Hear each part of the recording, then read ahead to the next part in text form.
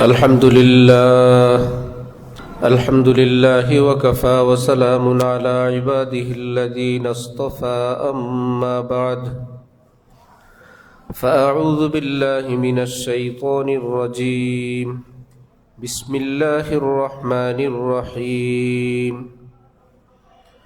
واذكر اسم ربك وتبتل إليه تبتيلا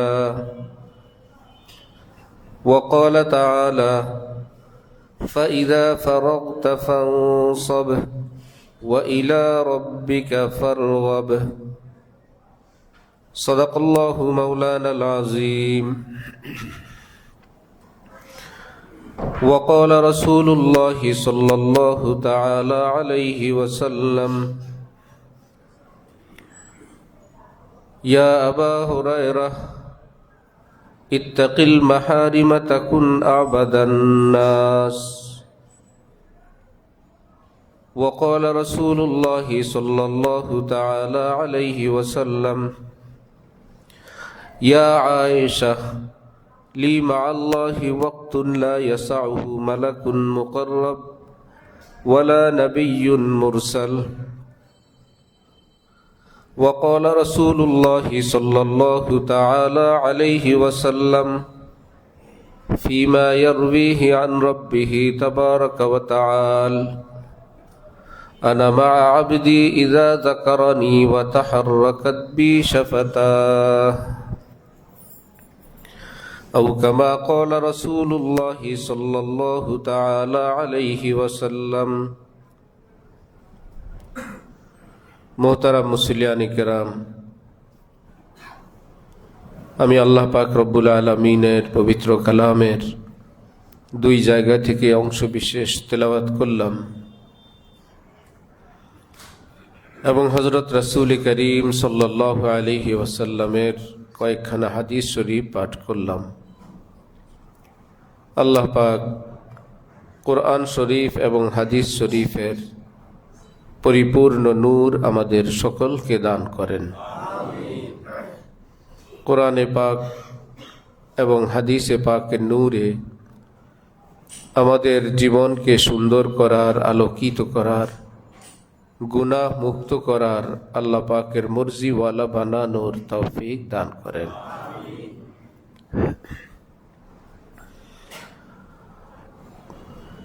এই পৃথিবীর নিয়ম হলো কেউ কোনো কাজ করার আগে সেটার পরিকল্পনা করে, প্ল্যান করে, তারপরে সে কাজ আরম্ভ করে, সে কাজ শুরু করে। যখন কাজ করে তার একটা মাকসাদ থাকে, এই উদ্দেশ্যে আমি এই কাজ করি, এই ঘর করি, এই পথে চলি, এদিকে যাই। সেখানের একটা হলো মাকসাদ বা মকসুদ বাংলায়, আর একটা হলো মকসুদ হাসিলের মাধ্যম, মকসুদ পর্যন্ত পৌঁছার আগের স্টেজগুলো। কেউ নামাজ পড়ার জন্য উজু করবে, কেন উজু করেন? নামাজের জন্য। এই ব্যক্তির উজুটার আসল উদ্দেশ্য হইল তিনি পবিত্র হয়ে নামাজ পড়বেন। তো যখন উজু করেন তার টার্গেট কি করা? নামাজ পড়া। উজুটা হলো নামাজের মাধ্যম। হযরত হাকিমুল উম্মত মুজাদ্দিদ মিল্লাত মাওলানা আশরাফ আলী থানভী নব্বরাল্লাহু মারকাদাহু বলেন, শরীয়তের যে ইবাদত আর এই সুন্নত, বসেন, সুন্নত পড়া লাগবে না কেউ এখন, পরে আমরা সময় দেব ইনশাল্লাহ। কিছু আছে সেই মাকসুদ বা মাকসাদ অর্জনের মাধ্যম। হযরত থানভী বলেন, কষ্ট, কোরবানি এবং দীর্ঘ সময় ধরে ইবাদত করা, সেগুলো সব মূল মাকসাদে প্রশংসনীয়। আর যেটা মাধ্যম, সেখানে শরীয়ত যাকে যতটুকুন বলছেন ওই পর্যন্তই করা চাই, সেখানে কষ্ট বৃদ্ধি করার দ্বারা কোনো সওয়াব বেশি পাবে না। উদাহরণ দিয়ে বলেন, শীতকাল নামাজ পড়তে আমরা মসজিদে গেলাম, গিয়ে দেখলাম ঠান্ডা পানি গরম পানি দুটোই আছে। কেউ চিন্তা করলো আমি আমার নফসকে, দেহকে কষ্ট দিব, যেহেতু আল্লাহর জন্য উযু করব, ঠান্ডা পানি দিয়ে উযু করব, যত কষ্ট বেশি হবে তত সওয়াব বেশি হবে। হযরত আশরাফ আলী থানভী বলেন, এক বিন্দু বেশি সওয়াব হবে না।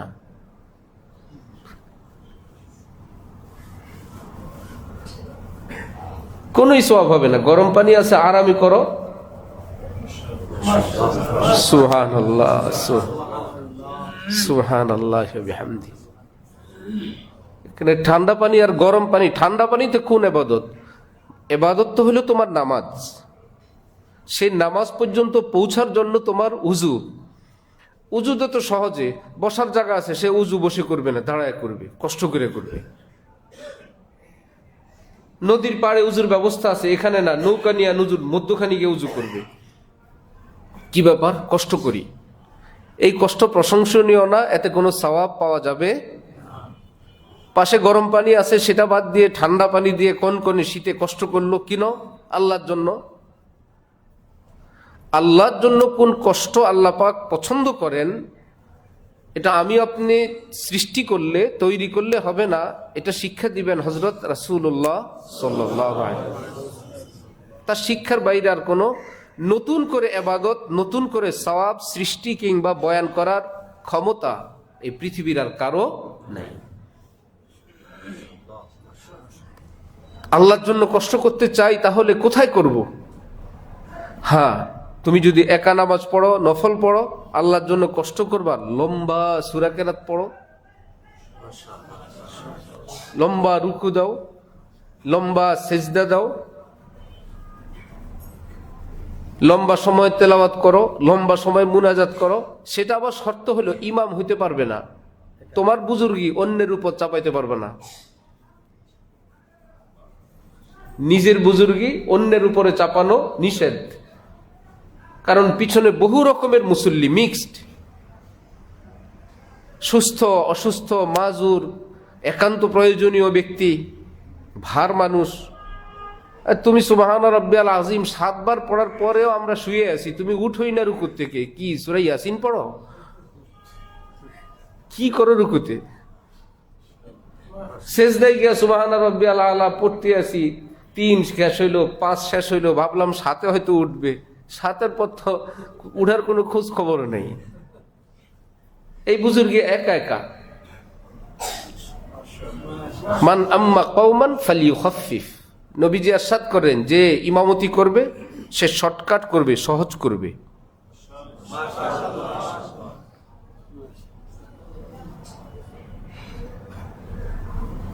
সাথীরা এক জায়গায় ফজর পড়ছে,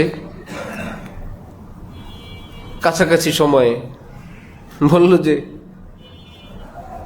ফজরে কোরআন শরীফের মোটামুটি আধা পারার কাছাকাছি পড়ছে।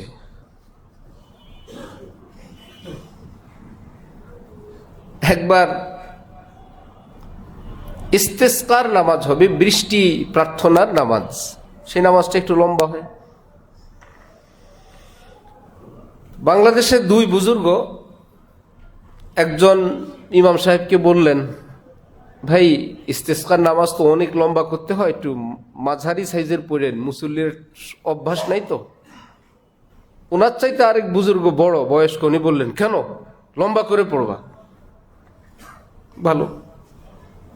ইমাম সাহেব তো নামাজ শুরু করছেন তো করছিনি, যিনি বলছিলেন লম্বা করে পড়বা, উনি নামাজ ছেড়ে দিয়ে বলেন, এত লম্বা বলছিলাম?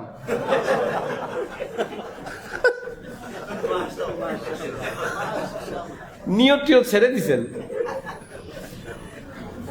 এত লম্বা বলছিলাম? আল্লাহ, দ্বীনের বুঝ, এটা যে কত বড় দামি জিনিস। সুবহানাল্লাহ। মক্কা শরীফের লোকেরা আসছে, এসে দেখেন গোল হয়ে বসা এক লোক এসে জিজ্ঞেস করলেন, কে? মুরব্বী সাইজের বললেন আব্দুল্লাহ ইবনে ওমর। আচ্ছা, ভালো তো যাই। আব্দুল্লাহ ইবনে ওমর সাহেব, আচ্ছা বদরে যে ওসমান শরিক ছিল না, এটা কি জানেন? হযরত ওসমান রাদিয়াল্লাহু আনহু বদর যুদ্ধে শরিক ছিলেন না, আপনার কি এই কথাটা জানা আছে? আছে। আচ্ছা, উহুদ থেকে যারা পলায়ন করছিল এর মধ্যে উসমানও যে আছে, জানেন? পরিবেশ পরিস্থিতি যখন পাল্টা হামলা হইল, বিজয় অর্জন হয়ে গেছে এই মনে করে সবাই গনিমত সংগ্রহ করেন, এর মধ্যে পিছন দিক থেকে এসে অতর্কিত হামলা, দিক বিদিক, এর মধ্যে খবর আসলো নবীজি শাহাদাত বরণ করছেন। মিথ্যা সংবাদ, কারো কোনো হুঁশ টুস নেই, যে যেদিক পারে। হযরত হুযায়ফা ইবনুল ইয়ামান বলেন, মুসলমানরা আমার আব্বা ইয়ামানকে আক্রমণ করতেছিল, আমি চিৎকার করতেছিলাম, আবি আবি, আমার বাবা। কে শুনে? আমার বাবাকে মেরে ফেলছে। আমি জীবনভর তাদের জন্য দোয়া করি, তারা বুঝতেও পারে নাই তারা আমার বাবাকে মেরে ফেলছে। তিনি মুসলমান ছিলেন।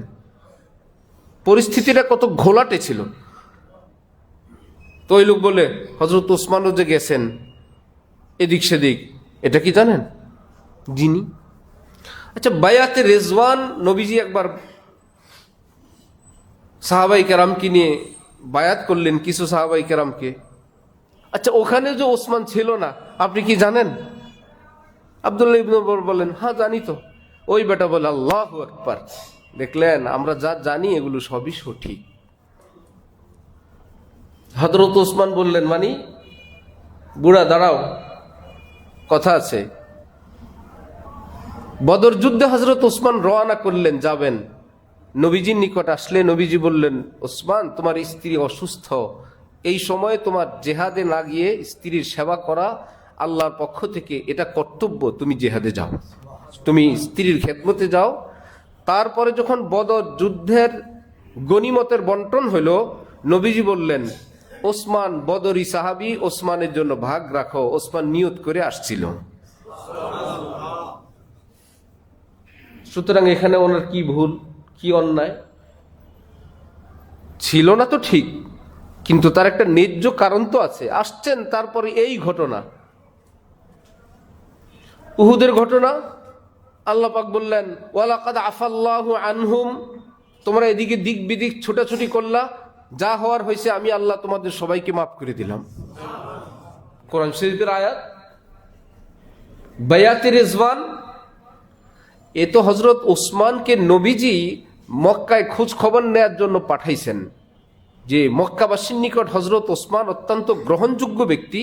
পরিবেশ পরিস্থিতি বিবেচনা করার জন্য নবীজি পাঠাইছেন হযরত ওসমানকে, মক্কায় যাও। এর মধ্যে সংবাদ আসছে ওসমানকে শহীদ করে দেওয়া হয়েছে। হযরত ওসমান তো ইসলামের কাজে ব্যস্ত, এর মধ্যেই সংবাদ আসছে হযরত ওসমানকে কাফেররা শহীদ করে ফেলছেন। নবীজি বললেন, কারা কারা এটার প্রতিশোধ এবং ওসমানের এই হত্যার বিচারের জন্য অঙ্গীকার করবা, আমার কাছে বায়াত হবা, আসো। সবাই নবীজির হাতে হাত দিয়ে বায়াত হলেন। নবীজি এক হাত নিচে দেয়া, অপর হাত উপরে দেয়া বললেন, এটা ওসমানের হাত। বুড়া, ব্যাখ্যা শুনছো? এবার শুনছি, এবার যাও। তা ইসলামের সঠিক জ্ঞান, এটা যে কত বড় ব্যাপার। কোরআন শরীফে রব্বুল আলামিন বলেন, আলা ইন্না আউলিয়া আল্লাহ লা খাউফুন আলাইহিম ওয়ালা হুম ইয়াহজানুন, যারা আমার ওলি হয় তাদের অতীতের কোনো কিছুর হারানোর কোনো বেদনা থাকে না, আগামীতে কোনো কিছু ব্যাপারে তাদের কোনো শঙ্কা আশঙ্কাও থাকে না, অতীতেরও কোনো ভয় নাই, আগামীরও কোনো ভয় নাই। তারা হলো আমার ওলি, আউলিয়াউল্লাহ। এবার আল্লাহর ওলি, এত বড় বুজুর্গের পোস্ট, আল্লাহ বলেন ব্যাখ্যাটা আমি করি, কারা আমার ওলি? আল্লাযীনা আমানু, যারা ঈমানদার, পাশাপাশি ওয়াকানু ইয়াত্তাকুন, যারা গুনাহ মুক্ত জীবন যাপনকারী। ঈমানের পাশাপাশি গুনাহ মুক্ত জীবন যাপনকারী মানুষ, এই দুই বৈশিষ্ট্য যার থাকবে, ঈমান আছে, গুনাহ মুক্ত জীবন আছে, এই ব্যক্তিকে আল্লাহ পাক কোরআন শরীফে নিজেই ওলি বললেন, নিজেই ওলির পরিচয় দিলেন। কোরআন শরীফে নিজেই বললেন আউলিয়া, ওলি, আউলিয়া তাদের ভয় নাই। আবার নিজেই বললেন ওলি আউলিয়া কারা জানো, ইমানে পাকা, গুনামুক্ত জীবনেও তারা পাকা, এরা হইল আমার ওলি, এরা হইল আউলিয়া, এদের অতীত এবং ভবিষ্যৎ নিয়ে কোনো ভয় নাই। আল্লাহ আমাদেরকে দ্বীনের সহি বুঝ দান করেন। এখন তো ওলি কত রকমই ওলি হয়ে যায়, নামাজ নাই, রোজা নাই, সূরা নাই, কেরাত নাই, সুন্নত নাই, ফরজ নাই। এক বেচারা কেরানীগঞ্জের, কেরানীগঞ্জ তো বিশাল বড়, কোনো অসুবিধা নেই এটা বললে, কোন এক সাইডের আমাদের হযরতুল্লাহর নিকট এক লোক এসে বলল, একদম ক্লিন শেপ, তো এসে বলতেছে হযরত দোয়া করবেন, আমরা সব ভাইরা আল্লাহর ওলি। আমার সামনে, আমি সামনে, দোয়া করবেন, আমরা সব ভাইরা আল্লাহর। দাড়ি ছাড়া মানুষ আল্লাহর ওলি হয়? আল্লাহর ওলি মানে কি? আল্লাহর বন্ধু, একান্ত বন্ধু। সেই একান্ত বন্ধু কে হবে? আল্লাহ বলেই দিছেন, যারা ঈমানওয়ালা, যারা গুনাহমুক্ত জীবন যাপন ওয়ালা, তারা। গুনায় লিপ্ত লোক, কারে শায়তামি কুনাদনা মাশওয়ালি, কারে শায়তামি কুনাদনা মাশওয়ালি, গরওয়ালি ই নস্তে লানত বরওয়ালি।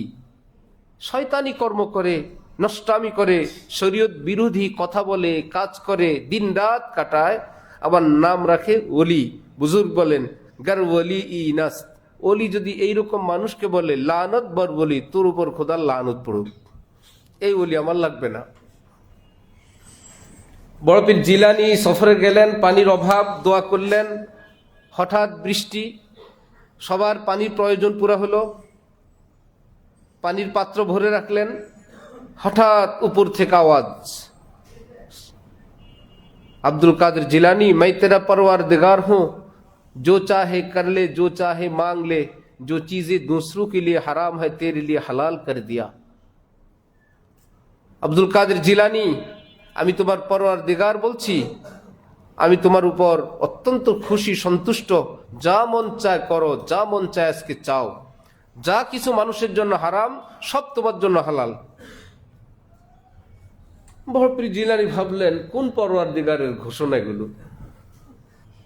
মানুষের জন্য চুরি হারাম, আমার জন্য হালাল, জিনা হারাম, আমার জন্য হালাল, মদ খাওয়া হারাম, আমার জন্য হালাল, কোন খোদা? এ তো বোঝা যায় বড় মুশকিল। উনি বললেন, আউযু বিল্লাহি মিনাশ শাইতানির রাজিম, আল্লাহ বিতাড়িত শয়তান, লানতওয়ালা এই মরদুদ শয়তান থেকে আমি আপনার কাছে পানাহ চাই, এই পরওয়ারদিগার আমার লাগবে না। তা তুমি যে বলো তুমি পরওয়ারদিগার, বড়পীর জিলানী কি বললেন? আচ্ছা, সালাম আলাইকুম পরওয়ারদিগার সাহেব, কেমন আছেন? এই বলছিলেন? বললেন, এই পরওয়ারদিগারের উপর খোদার লানত, রাজিম অর্থ লানতওয়ালা, মরদুদ, বিতাড়িত, এই লানতওয়ালা পরওয়ারদিগার আমার লাগবে না, এই পরওয়ারদিগার থেকে আমি পানাহ চাই।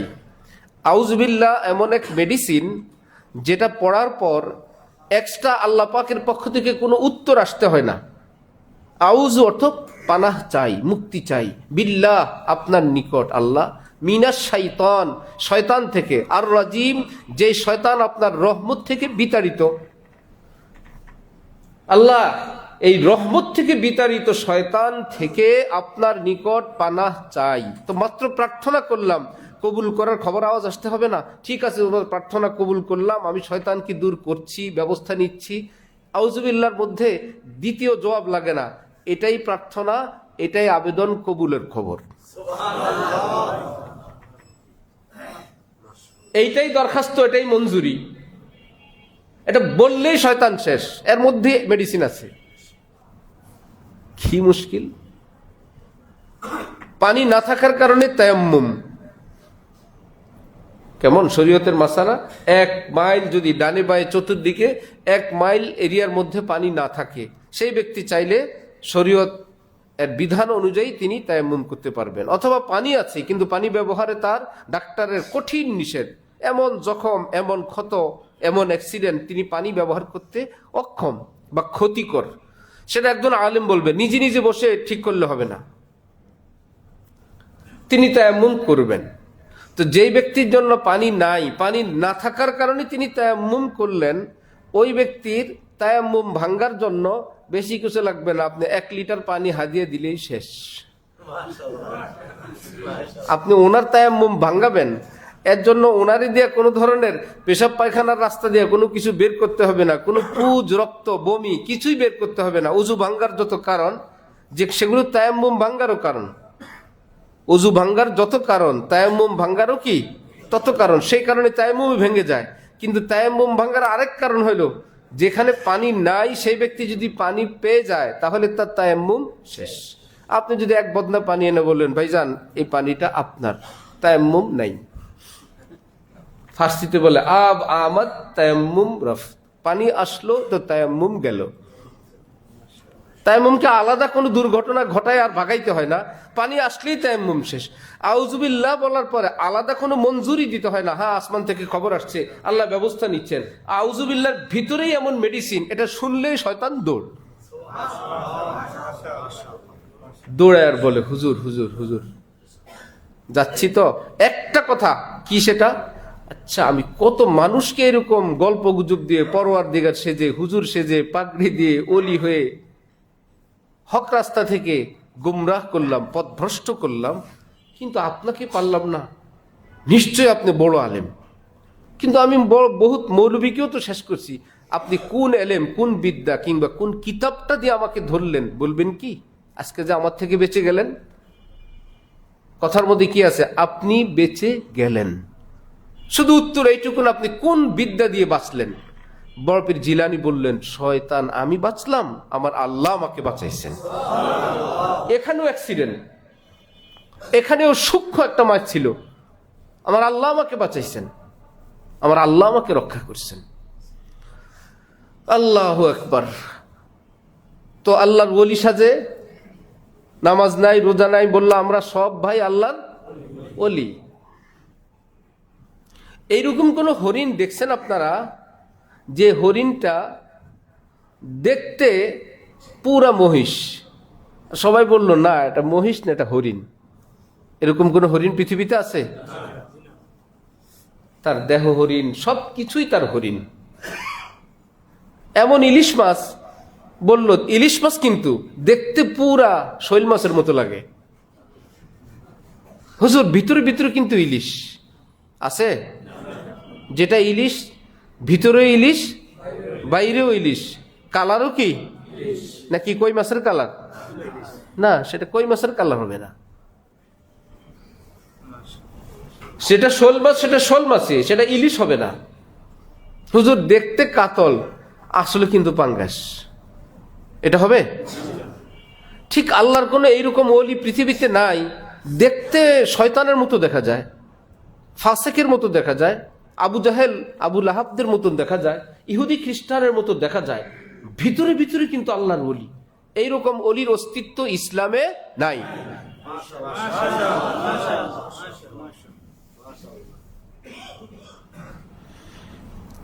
ইসলাম মুসলমানদের কালেমাওয়ালারা একটা সংঘবদ্ধ একটি জামাত। এই জামাতটা কোরআন হাদিসের দৃষ্টিতে, কাফেরদের দৃষ্টিতে একটা শত্রু, চোখের কাটা। কারণ তাদের নষ্টামি সবকিছু উন্মোচিত হয় ইসলামের সামনে। তাদের কাছে নারী পুরুষের বিবাহ লাগে না, ইসলামী বিবাহ লাগে।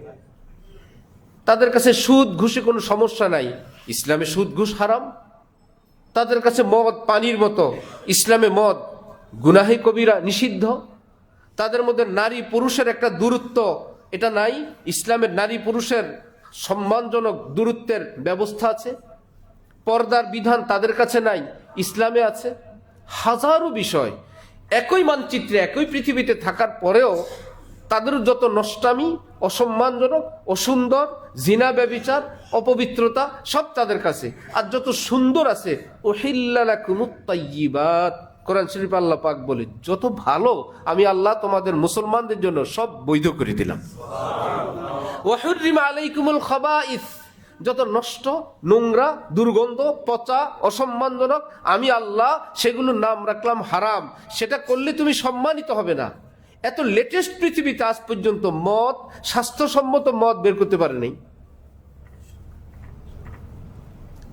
এত দেশ মিলে মদ উৎপাদন করে, তারা ব্যবহার করে পানির মতন, কিন্তু নিজের দেহের জন্য, স্বাস্থ্যের জন্য সার্বিকভাবে উপকারী এইটুকুন মদ আবিষ্কার করতে পারে নাই, পারবও না। কারণ আল্লাহ পাক সেটার নাম রাখছেন, আমি যেটা হারাম করি এটা ক্ষতিকর, এই ক্ষতিকরের সিল তার উপর লেগে গেছে। বিজ্ঞ ডাক্তাররা বলেন, একজন পুরুষ মানুষ, একজন নারী স্বামী স্ত্রীর মিলনে, জীবন যাপনে শারীরিকভাবে যে উপকার, যে ফায়দা, এই নারী এই পুরুষই যদি বিবাহ ব্যতীত একই কাজ করে, সেই উপকার তো দূরের কথা, স্বাস্থ্য ভাঙতে থাকবে এবং ক্ষতি হইতে থাকবে। আর অন্য কোনো পদ্ধতির তো আর প্রশ্নই আসে না। নারী পুরুষই যখন ক্ষতিকর, নারী নারী, পুরুষ পুরুষ, অথবা প্রাণীর সঙ্গে, অথবা যে কোনো পদ্ধতিতে নিজের দেহের প্রয়োজন মিটাবে, সেটার ক্ষতি তো আর বয়ান করার প্রয়োজনই নাই। শুধু নারী পুরুষও যদি বিবাহ ব্যতীত জীবন যাপন করে, স্বামী স্ত্রীর কারণে রহমত আসে, নূর আসে, শক্তি আসে, এক সজীবতা আসে, এক অন্তরে রহমত আসে, সেটাই যদি স্বামী স্ত্রী না হয়, সব লানত এবং গজবের কারণে তার দৈহিকভাবে তার ক্ষতি হয়ে যায়। কারণ একটার উপরে সিল হালালের, আরেকটার উপর আসমানি মোহর হারামের।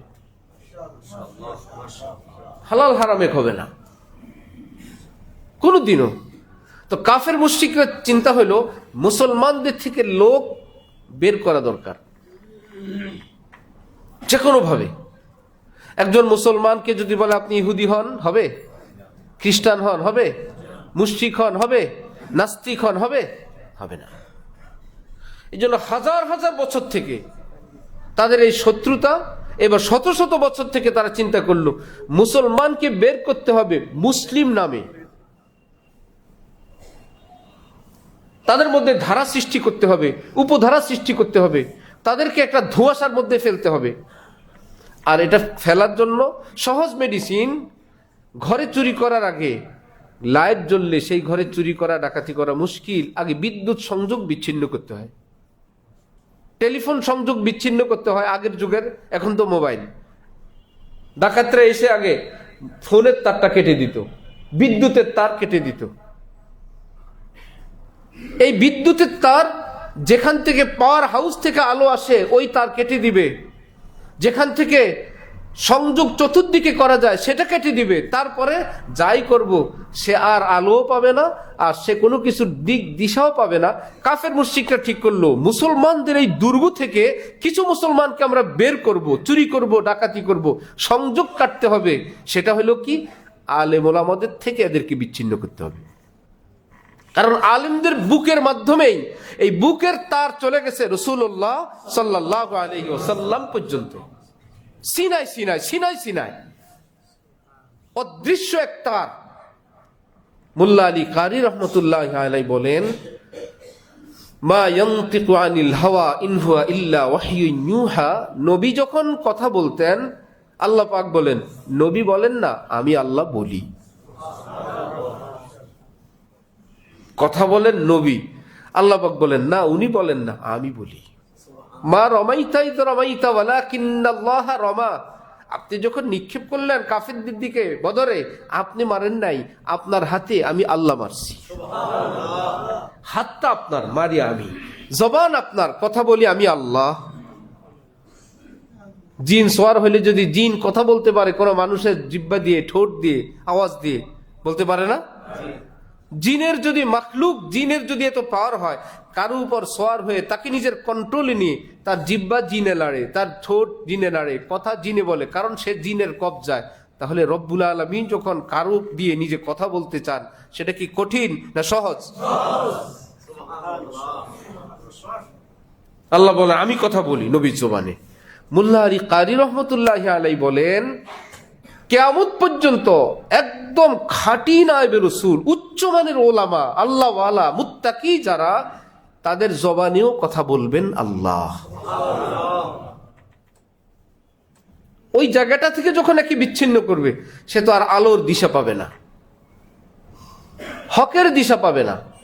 আর এই মুসলমানের সঙ্গে আসমান সঙ্গে টেলিফোনের একটা ব্যবস্থা আছে। বিপদে আপদে সে বলবে আল্লাহ তুমি ছাড়া আমার কোনো উপায় নাই, আমি লা ইলাহা ইল্লাল্লাহ মুহাম্মাদুর রাসূলুল্লাহ। ওই পয়েন্টটা যদি কাটা যায়, পড়ছি বিপদে, যায় নেতার কাছে, যায় এর কাছে, যায় ওর কাছে, আরে ভাই তুমি আল্লাহর কাছে বলবা না? তদবির করো, আসল তদবির তো করো। অসুস্থ হয় তো ধনী গরিব অনুযায়ী, পয়সা অনুযায়ী হসপিটাল, ডাক্তার। বাদশাহ জুলকারনাইনের মৃত্যুর পর বলছিল আমার লাশ বহন করবে কবরের দিকে ডাক্তাররা। পৃথিবী মানুষ যখন যেন দেখে ডাক্তাররা বাঁচাইতে পারে না, কবরে দিয়ে আসে। আর আমার 2 হাত কাফনের বাহিরে থাকবে, কেন? যেন পৃথিবীবাসী দেখে আমি খালি হাত যাচ্ছি। জমানো টাকাগুলো 2 দিকে ছিটাইতে ছিটাইতে কবরে যাবে, যেন এটা বুঝায় এই পয়সা আমার কোনো কাজে আসে নাই। সবাই ডাক্তারের কাছে দৌড়ায়। খোঁজ নিয়ে জানা যায় মানুষের একটা বড় অংশ, বড় সংখ্যা মৃত্যুবরণ করে ডাক্তারের কাছে, হসপিটালে। হসপিটালগুলোতে কি মানুষ মরে কিনা? ডেলি মরতেছে। আজরাইল আর ওখান থেকে বেশি দূরে যাওয়া লাগে না। আজরাইলের তো বাহিনী আছে, বলে এখানে আসবে, বসে থাক। অ্যাক্সিডেন্ট হয়েছে কুমিল্লায়, আসবে নেই, চট্টগ্রাম আসবে, হেলিকপ্টারে আসবে, গাড়িতে আসবে, আসতেছে, আরো 10 মিনিট বাকি আছে, হ্যাঁ পৌঁছে গেছে। আজরাইল বলে নাই তো, ভুল তো হওয়ার কথা না, আপনার মৃত্যুর জায়গা এখানে লেখা, আপনি আরেক মেডিকেলে শুয়ে আছেন। হার্ট ফাউন্ডেশনে মরার কথা, উনি এখনো বাড়িতে কথাবার্তা বলে ভালো রুগী যাচ্ছে, সবাই থেকে দোয়া নিয়ে রিং পরাবে। হ্যাঁ আজরাইল তো বলে আর যত কথাই বলেন, আর 1-1.5 ঘন্টা পরে তো মরার কথা, এখনো কথা বলে। হ্যাঁ সময় মতো নিজ সিটে বেডিংয়ে শুয়ে গেছে, একদম আমেরিকান রিং লাগাবে, বাস টাইম মতো শেষ। ইযা জা আজালুহুম লা ইস্তাখিরুনা সাআতান ওয়া লা ইস্তাকদিমুন। है यहाँ से तुझको जाना एक दिन, मुँह खुदा को है दिखाना एक दिन मरना है आखिर मौत है, कर ले जो करना है आखिर मौत है। সেটা তো অবধারিত। হাসপাতালে যায় অথচ সেখানেই মরে। অসুস্থ হলে 4টা কাজ। কয় কাজ? দোয়া করা। যিনি সব পারেন তাকে বলা আমি অসুস্থ, আল্লাহ আপনি সুস্থ করেন। দ্বিতীয় কাজ, যদি এই অসুস্থতায় মারা যায় কি হবে? তওবা করা, আল্লাহ আমাকে মাফ করে দেন, জীবনের ভুল বিচ্যুতি আল্লাহ ক্ষমা করে দেন। হোক সেটা জ্বর, করোনায় মারা গেছে তো কঠিন কোনো রোগ না, ঠান্ডা রোগ, ভাইরাস, আল্লাহ আমাকে তো মাফ করেন। দোয়া করা, তওবা করা। তৃতীয় কাজ দান সদকা করা। সদকার দ্বারা আল্লাহ পাকের রাগ দূর হয়, আল্লাহ পাকের রহমত আসে। সদকার দ্বারা বড় বালা মুসিবত দূর হয়। তো সদকা করা কয় কাজ হলো? 3 কাজ, দোয়া, তওবা, সদকা। গরিব মানুষ 2 টাকা দান করেন, 5 টাকা দান করেন, ডেলি দান করেন। আমি ডেলি 10 টাকা, আমার একটা রুগী, আমি নিজে রুগী। আরো বড় সদকা 5,000, 10,000, আরো বেশি সদকা। ভাই চলো আমি একটা খাসি, একটা গরু, আরো বেশি সদকা, ডেলি একটা, কোনো সমস্যা নেই। হ্যাঁ দিতে পারবেন যখন হেলিকপ্টারে নিবেন তখনও বুঝবেন। এয়ার অ্যাম্বুলেন্স সেটাও বুঝে, এয়ার অ্যাম্বুলেন্সও বুঝে, হেলিকপ্টারও বুঝে, থাইল্যান্ড বুঝে, ব্যাংকক বুঝে, সব বুঝে, সদকা বুঝে না। হাদিস শরীফ আছে সদকা বালা মুসিবত দূর করে। আপনি আপনার রেঞ্জে, আপনার জানা মতে কোনো যেখানে সদকা করার উপযুক্ত স্থান সেখানে করেন, করেই বসে থাকবেন না, সামর্থ্য অনুযায়ী করতেই থাকেন। প্রতিদিন করেন, অল্প বেশি কম যতটুকু হোক প্রতিদিন করেন। তাহলে দোয়া প্রতিদিন করব, তওবা প্রতিদিন করব। ছোট্ট অপ্রাপ্ত বয়স্ক নাবালেগ বাচ্চারা অসুস্থ হইলে অভিভাবকরা তার পক্ষ থেকে এগুলো করবে। দোয়া, তওবা, সদকা সব তারা করবেন। আর নিজেরা হইলে নিজেরা করবেন, অথবা ফ্যামিলির একজন হইলে তার পক্ষ থেকে অন্যরা অন্যান্য কাজ করবে, তার জন্য দোয়া করবে। সে তো বিছানায় শয্যাশায়ী। 4 নম্বর কাজ হলো চিকিৎসা করা। দোয়া, তওবা, সদকা, চিকিৎসা। আমাদের 4 নম্বর না, আমাদের কাজ একটাই, চিকিৎসা। অবস্থা এরকম, চিকিৎসাই বাঁচাবে, ডাক্তারই বাঁচাবে। যদি ডাক্তার বাঁচাতে পারলো বাঁচাইলো, না বাঁচাইতে পারলে নাই। বলে না আর বাঁচাইতে পারেনি, বলে না ডাক্তার বাঁচাইতে পারে নাই, চেষ্টা করছিল বাঁচাইতে। আর কত মুশরিকের মতো কথা বলবেন, আর কত শিরিক করবেন। তো কাফের মুশরিকদের একটা মাল্টি প্ল্যান ইন্টারন্যাশনাল, যে মুসলমানদের এই দুর্গটাকে হালকা করা দরকার। এবার এখান থেকে কিছু বের করে দিল, পীর নামে, কিছু খানকা নামে, কিছু দরগাহ নামে, কিছু মাজারের নামে। মুহাম্মদ ইবনে সিরিন রহমতুল্লাহ আলাইহি বলেন, মুসলিম শরীফের রিওয়ায়াত, ইন্না হাযাল ইলমা দীনুন, এই যে তোমরা দিন ইসলাম জিন্দাবাদ বলো, দিন, আমরা দিনদার, আমাদের দিন, আমাদের ধর্ম, কি জিনিস দিন কাকে বলে? দিন ইসলাম জিন্দাবাদ, দিন জীবিত থাকুক, আমাদের দিনের উপর কেউ আক্রমণ করতে পারবে না, আমাদের ইসলামের উপর কেউ হামলা করতে পারবে না। ইসলাম জিনিসটা কি, কোন জায়গায় পাওয়া যায়, থাকে কোথায়, কোন জাদুঘরে, যে ওর উপর আমরা হামলা করতে দিব না? তিনি বলে, ইন্না হাযাল ইলমা, এই আসমান থেকে নাজিল হওয়া কোরআন, আসমান থেকে নাজিল হওয়া হাদিস, এটার নামই দিন, এটাই ইসলাম। তাহলে ইসলাম কি এলেমের বাহিরের কিছু জিনিস না, এলেমের নামই, এলেমের নামই দিন, এলেমের নামই ইসলাম। মুসলিম শরীফের রিওয়ায়াত, মুহাম্মদ ইবনে সিরিন বলছেন, এই ইসলাম, এই দিন যাকে সাপোর্ট করবে, হ্যাঁ সে আমার সঙ্গে আছে, সে সঙ্গে থাকবে। যে দিন ইসলাম, ইসলামের বাণী যাকে সাপোর্ট করবে না, সে হাজার বেশভূষা ধরুক, সে আর ইসলাম হবে না। কাদিয়ানীরা কি বলে, নিজেদেরকে কাফের বলে না মুসলমান বলে? তারা কি তাওরাত ইনজিল দাবি করে না কোরআনে দাবি করে? অন্য কালেমা পড়ে না এই কালেমা পড়ে? তারপরেও কি তারা মুসলমান না কাফের? কাফেররা, আমাদের শত্রু যারা, তারা চায় মুসলমানদের মধ্যে এমন সম্প্রদায় দিব যারা বলবে আমরা মুসলিম, যারা বলবে কোরআন কোরআন, নবী নবী, কিন্তু হবে কাফের। আর এই মুসলমান আলেমদের থেকে দূরে থাকলে যে কারো পালায় পড়বে।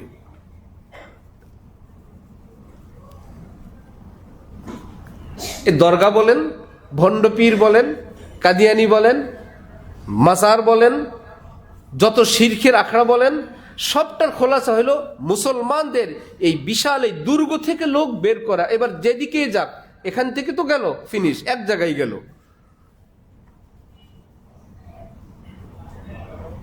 গত নির্বাচনে যেরকম কেউ সরকারি প্রার্থী, কেউ অন্যান্য মার্কার প্রার্থী, পরে খোঁজ নিয়ে জানা গেল সবাই এক দলেরই প্রার্থী, বিভিন্ন মার্কা। আমাদের এক হুজুর শুনাইছেন যে জালালি কবুতর খায়, তা একজনে খায় সবসময়, মশলার পয়সা দেয় না।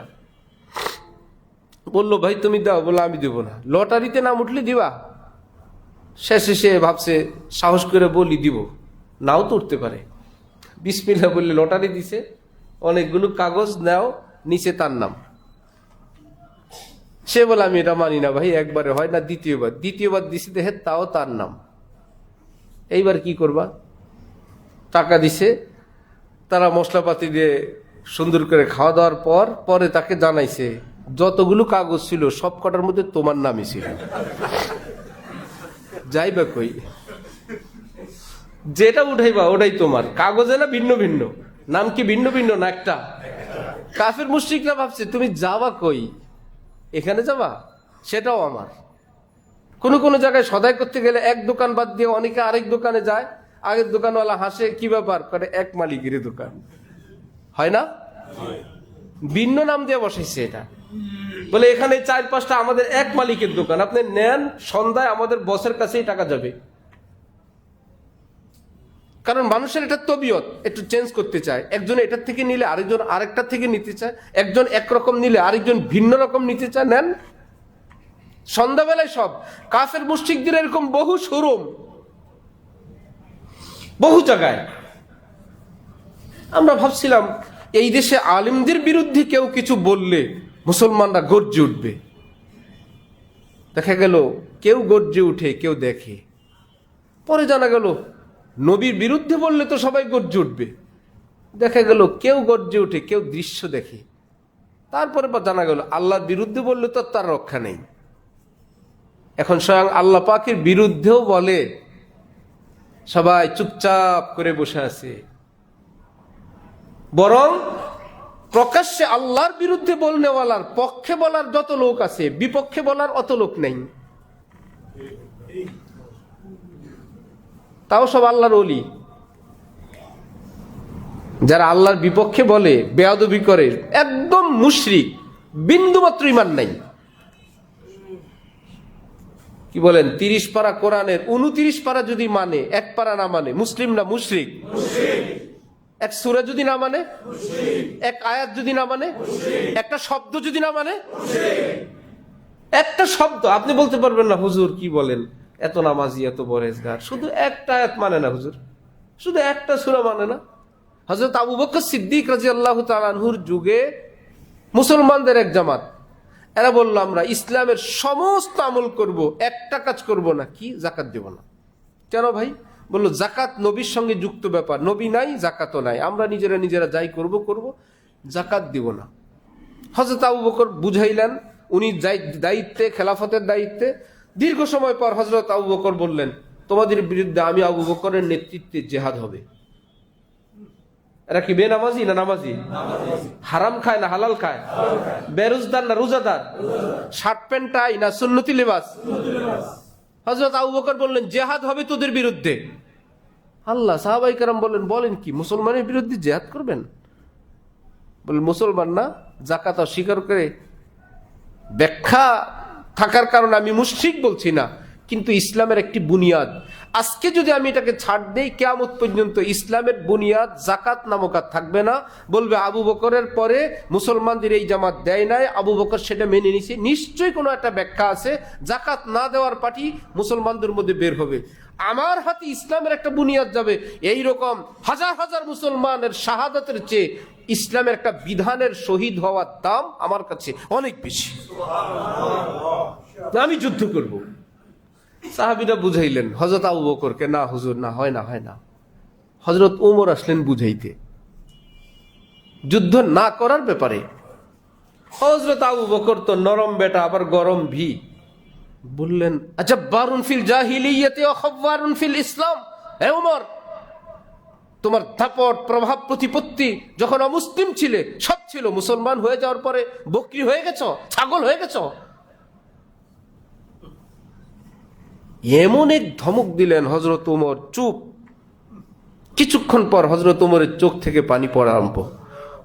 এখন বলতেছেন, হে খলিফাতুল মুসলিমিন, আমার অন্তরের যে একটা ভুল ধারণা ছিল, আপনার ধমকের চোটে আল্লাহ সেটা পরিষ্কার করে দিয়ে আমার অন্তরে কথা স্পষ্ট, আপনার অবস্থান সঠিক, আপনি হকের উপর আছেন।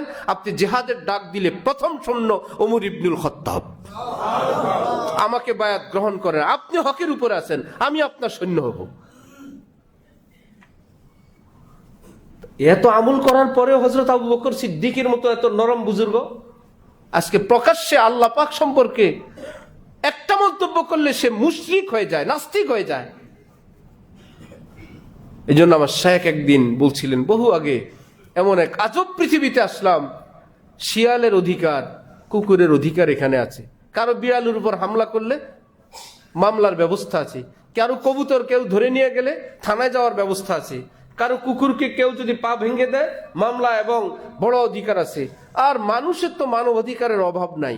বলল পৃথিবীতে সব অধিকারে আছে, নাই শুধু মাওলার অধিকার।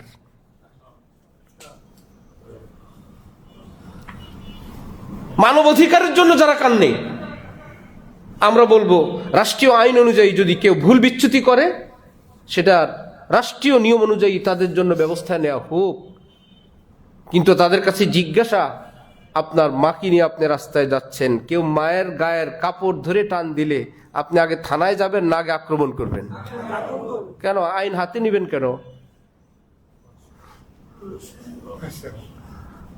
আইন হাতে নেওয়া তো ঠিক না। আইন একটু পরে, আগে শায়েস্তা করে নিই। তুমি আমার মায়ের গায়ের কাপড় ধরে টান দিলা, মায়ের ইজ্জতের উপর আঘাত। কিছু ব্যাপার আছে, কিছু বিষয় আছে, সেখানে মানুষ স্বাভাবিক থাকে না। সেখানে মানুষ নিজেকে কন্ট্রোল করতে পারে না। সন্তানের হাতে, সন্তানের সামনে নিজের মায়ের ইজ্জত যত দামি, সারা পৃথিবীর মুসলমানের কাছে কোটি কোটি মায়ের চেয়ে আল্লাহর ইজ্জত কত দামি। আল্লাহকে নিয়ে কটূক্তি করবে, আর আপনারা আইন আদালত দেখাবেন, বিচার দেখাবেন, মানবাধিকার দেখাবেন। রাষ্ট্রের উচিত কারা কারা এদের পক্ষে অন্যায়ভাবে আবদার আন্দোলন করে তাদেরকে চিহ্নিত করে বিচারের ব্যবস্থা করা। তাদের গোড়া কোথায় খোঁজ নেওয়া চাই, কাদের ইন্ধনে। আল্লাহ রসুলের সঙ্গে গোস্তাকি হয়, তোমাদের মুখে আওয়াজ আসে না। কোরআনের বিরুদ্ধে আলোচনা হয়, তোমাদের কোনো প্রতিবাদ আসে না। এই দেশের কিছু অসভ্য রাজনীতিবিদ তারা বললে ধর্মান্ধরা হামলা করেছে, তাদের বিচার চাই। আর যে আল্লাহর ব্যাপারে কটূক্তি করেছে তার ব্যাপারে তোমার সিদ্ধান্ত আমরা শুনতে চাই। মুসলমানের ভোট নিয়ে অনেক মস্তানি করা হয়েছে পশ্চিমাদেরকে খুশি করার জন্য। সে নাস্তিকের পক্ষে অবস্থান সব সময়।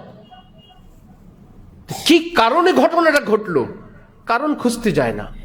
কে ক্ষুব্ধ করলো, কে পরিস্থিতি অশান্ত করলো, সেটার ব্যবস্থা না করে ভাই কাপড় টান দেওয়ার পর সে বেচারা থাপ্পড় দিছে, থাপ্পড়ওয়ালার বিচার চাই। যিনি কাপড় টান দিলেন তার কোনো বিচার নেই।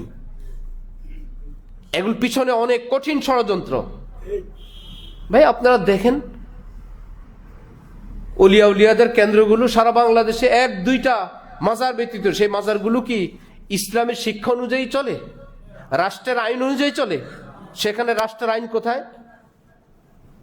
রাষ্ট্রের আইন মানে ইসলাম আপনি না মানেন, মাদক আমাদের দেশে কি বৈধ রাষ্ট্রীয়ভাবে না অবৈধ? প্রকাশ্যে বেচা কিনা সেবন অবৈধ না? তো মাজারে কি হয়, মাজারের আশপাশে কি হয়?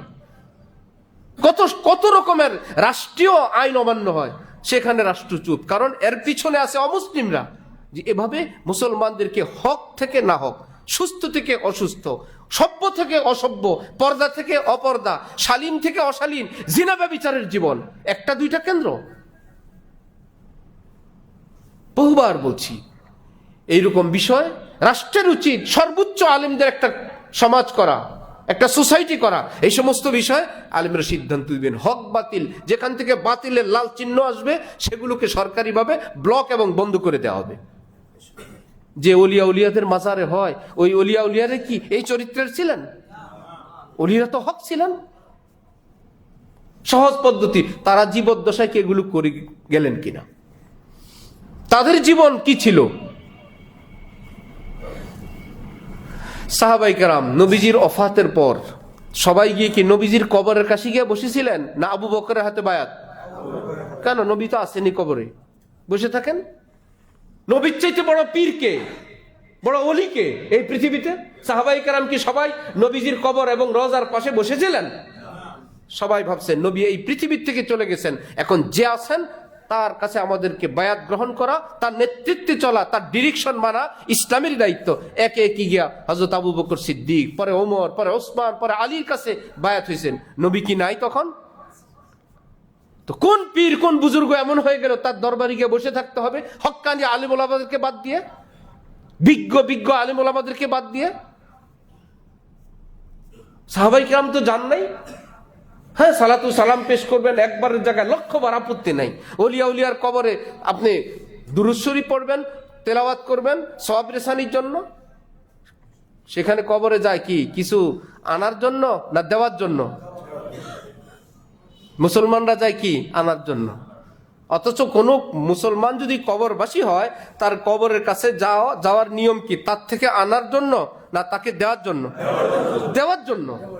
একটু কুল হু আল্লাহ পড়ে দিয়ে আসি, একটু দুরূদ শরীফ দিয়ে আসি। ওনাকে কিছু দেওয়ার জন্য কবরে আল্লাহ ওনাকে হাদিয়া দেন, আল্লাহ ওনার রূহ মুবারক কেটে দেন, তো ওনাকে দেওয়ার জন্য। কিন্তু আমাদের দেশের মুসলমানরা কি দেওয়ার জন্য যায় না নেয়ার জন্য যায়? আল্লাহ ব্যতীত অন্য কারো কাছে এরকম প্রার্থনা করা তো শিরক। হ্যাঁ, আলেম ওলামাদের দৃষ্টিতে এই করা যায়, আল্লাহ এই বুজুর্গের উসিলায় আপনি আমার দোয়াটা কবুল করেন। আল্লাহ কবরে শায়িত আপনার ওলি, তার উছিলায় সে করবেন, আল্লাহ করবেন। পাশ করাবে কে? ওই কবরের বুজুর্গ না আল্লাহ? তাকে বলা আপনি পাশ করায় দিয়েন, নমিনেশনটা দিয়ে দিয়েন। হ্যাঁ, আমার বউটা চলে গেছে, আনার ব্যবস্থা করে দিয়েন। আমার বউরে আমার পাগল বানায় দিয়েন। মেয়ের বিয়ে হয় না হওয়ায় দিয়েন, ছেলে হয় না হওয়ায় দিয়েন। এগুলো কি সে হওয়াবেন? আল্লাহ। দৃশ্য দেখে অমুসলিমরা তারা মহা খুশি যে যেহেতু এটা ইসলামেরই নামধারী, তো ইসলামের ভিতরে থেকে মুসলমানরা মুশরিক হচ্ছে, আমাদের দলে আসতেছে। একদিন ধীরে ধীরে ধীরে ধীরে এখন দেখা যাচ্ছে প্রকাশ্যে কোরআন বিরোধী, আল্লাহ বিরোধী কথা বলতেছে, প্রকাশ্যে আবার তাদের পক্ষে মুসলমানরা বিভিন্ন বক্তৃতা বিবৃতি দিচ্ছে, রাজনৈতিক ব্যক্তিবর্গ দিচ্ছে। আর সুশীল সমাজ এবং আমার যে ভাইয়েরা এই দেশের মানবাধিকার কর্মী এবং বিভিন্ন অধিকার, সব অধিকারওয়ালারা এখন ওই নষ্ট মানুষের পক্ষে, ইসলামের পক্ষে বলার লোকেরা সবাই চুপ, সবাই দর্শক। এজন্য আমার ভাই, শেষ যুগে আমরা আছি। আপনি, আপনার সন্তান, আপনার পরিবার, আপনার আপনজন, বারবার বলি, হাজারবার বলি, আরো বলবো, হক্কানি কোনো আলেমের অধীন হয়ে যান। হক্কানি কোনো আলেমকে আপনার পারিবারিক পৃষ্ঠপোষক, অ্যাডভাইজার, উপদেষ্টা নিয়োগ দেন। এই আলেমের অধীন আমরা, আমাদের পরিবার, এবং মনে প্রাণে তাকে ভালোবাসেন জীবন দিয়ে। তাহলে আপনার পরে আপনার সন্তানরা ওই সম্পর্কটা রাখবে, আপনার নাতিরা রাখবে। কি হবে? এইরকম দুষ্টু দুরাচার থেকে, গলত আকিদা থেকে, কারো কথা থেকে কমপক্ষে ইমানটুকুন বাঁচে মুশরিক হওয়া থেকে রক্ষা পাবে। কিয়ামতের আগে হযরত ঈসা আসবেন, পাশাপাশি আর কে আসবে? দাজ্জাল আসবে না? অল্প ক্ষমতা না অনেক? যুক্তি, তর্ক, কথা, সক্ষমতা, জান্নাত জাহান্নাম তার কাছে থাকবে না? আজকে যারা আলেমদের বিপক্ষে থাকতে অভ্যস্ত, দূরে থাকতে অভ্যস্ত, বিপক্ষে থাকতে অভ্যস্ত, সেদিন তাদের ঠিকানা দাজ্জাল। আর আজকে যারা এইটুকুন যে আমরা যত কিছুই হোক, আমরা আলেম ওলামাদের ব্যাখ্যা বিশ্লেষণ কথায় মরি এবং বাঁচি, জীবন দেই এবং জীবন রাখি, ইবাদত বন্দিগি করি, কোরআন হাদিসের ব্যাপারে আকীদা পোষণ করি, আল্লাহ রসুলের ব্যাপারে আমরা আকীদা পোষণ করি।